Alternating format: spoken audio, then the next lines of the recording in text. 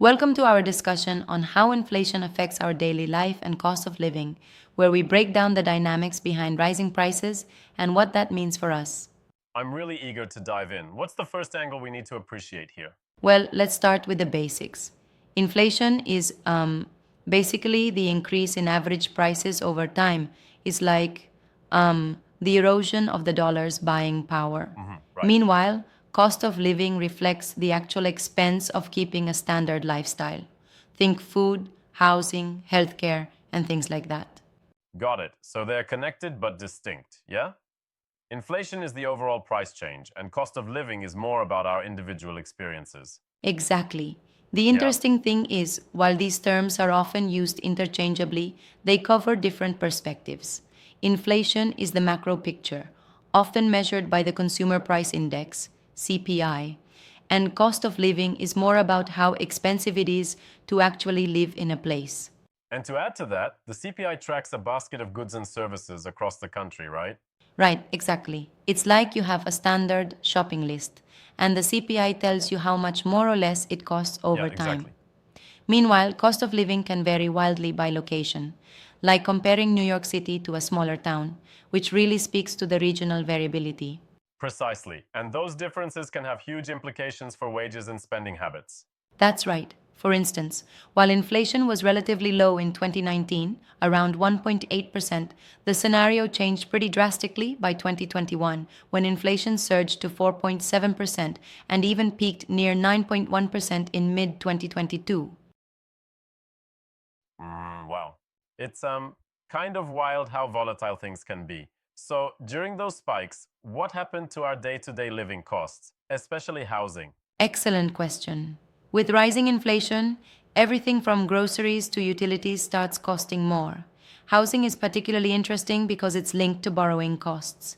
When the Federal Reserve steps in and raises interest rates to contain inflation, mortgage rates go up. That means even if home Right, prices would exactly. normally rise with inflation, the added borrowing cost makes purchasing homes tougher for many consumers. So, in essence, higher interest rates are a double-edged sword. They're used to fight inflation but can also slow down the housing market. Yep, that's one of the major trade offs. It's like trying to balance on a seesaw.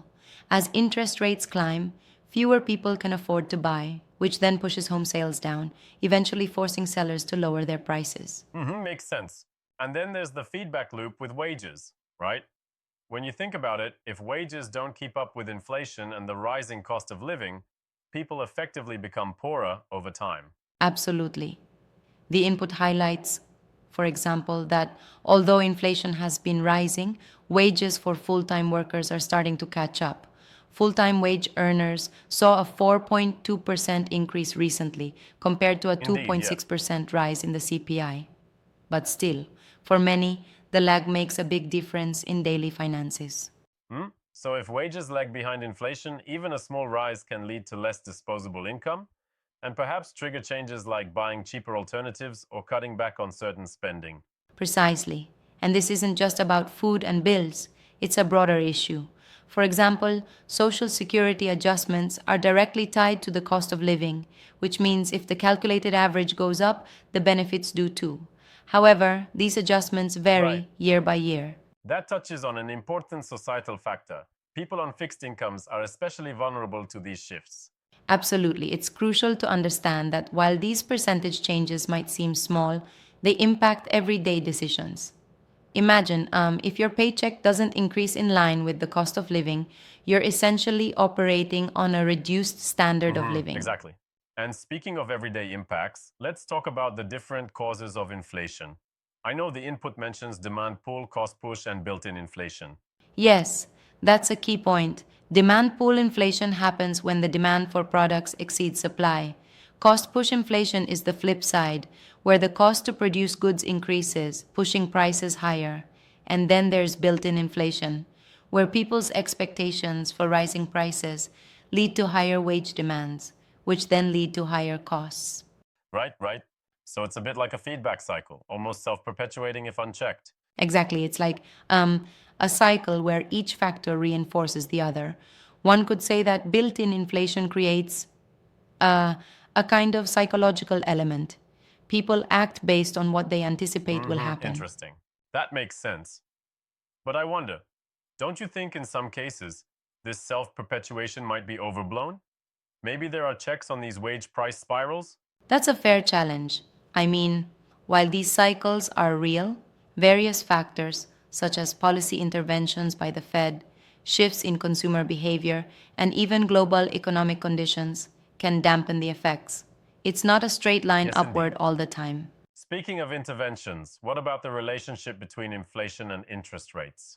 The piece illustrates that the Fed uses interest rate increases as a tool to try and manage inflation. Right on. The Federal Reserve increases the federal funds rate, which then influences mortgage rates and other forms of borrowing. This is done deliberately, as raising rates tends to reduce spending and borrowing, thereby cools off an overheating economy. Absolutely. It's kind of like applying brakes on an overzealous car, right? Too much speed and you risk a crash. Exactly, exactly. It's like um, trying to slow down a runaway train. There's a delicate balance in applying the brakes too hard or too softly. Yeah, right. And then there's the topic of hyperinflation, which, while extreme, shows how inflation can spiral if not kept in check. Yup, hyperinflation is, well, when inflation goes into the hundreds or thousands of percent, eroding any semblance of purchasing power. But the input also notes that despite massive quantitative easing in recent history, hyperinflation hasn't materialized due to other factors keeping things in balance. Exactly. It's fascinating how the economy finds ways to self correct or at least mitigate these extremes. Absolutely. Though some argue that we're always walking a fine line. For instance, while we've seen some stabilization recently, with inflation dropping to around 2.4% as of October 2024, the underlying pressures on cost of living persist, especially in fiercely competitive markets like housing and urban centers.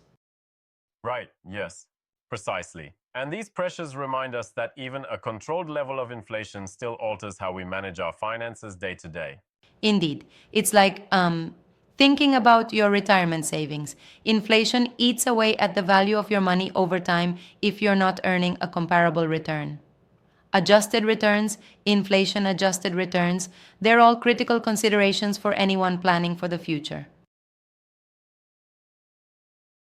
True. And that ties back to the bigger picture, understanding how these shifts affect not just individual spending, but our collective economic health.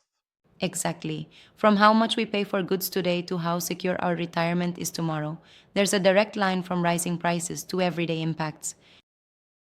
Right, absolutely. You know, sometimes I wonder if maybe the conversation over inflation gets too technical and everyday folks might lose sight of the real impact. That's a valid point. It's like discussing tax codes or stock markets. It matters because it shapes our lives, even if numbers and trends seem abstract at times.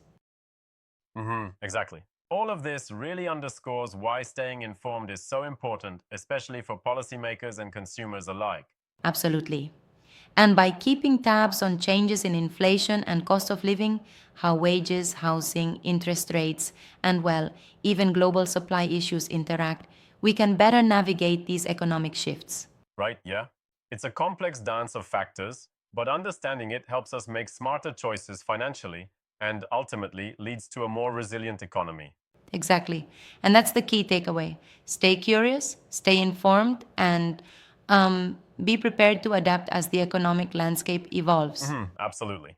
Thanks for the engaging breakdown. It really sheds light on why inflation is so much more than just a number on a page. Anytime. It's been a pleasure dissecting these intricate details together.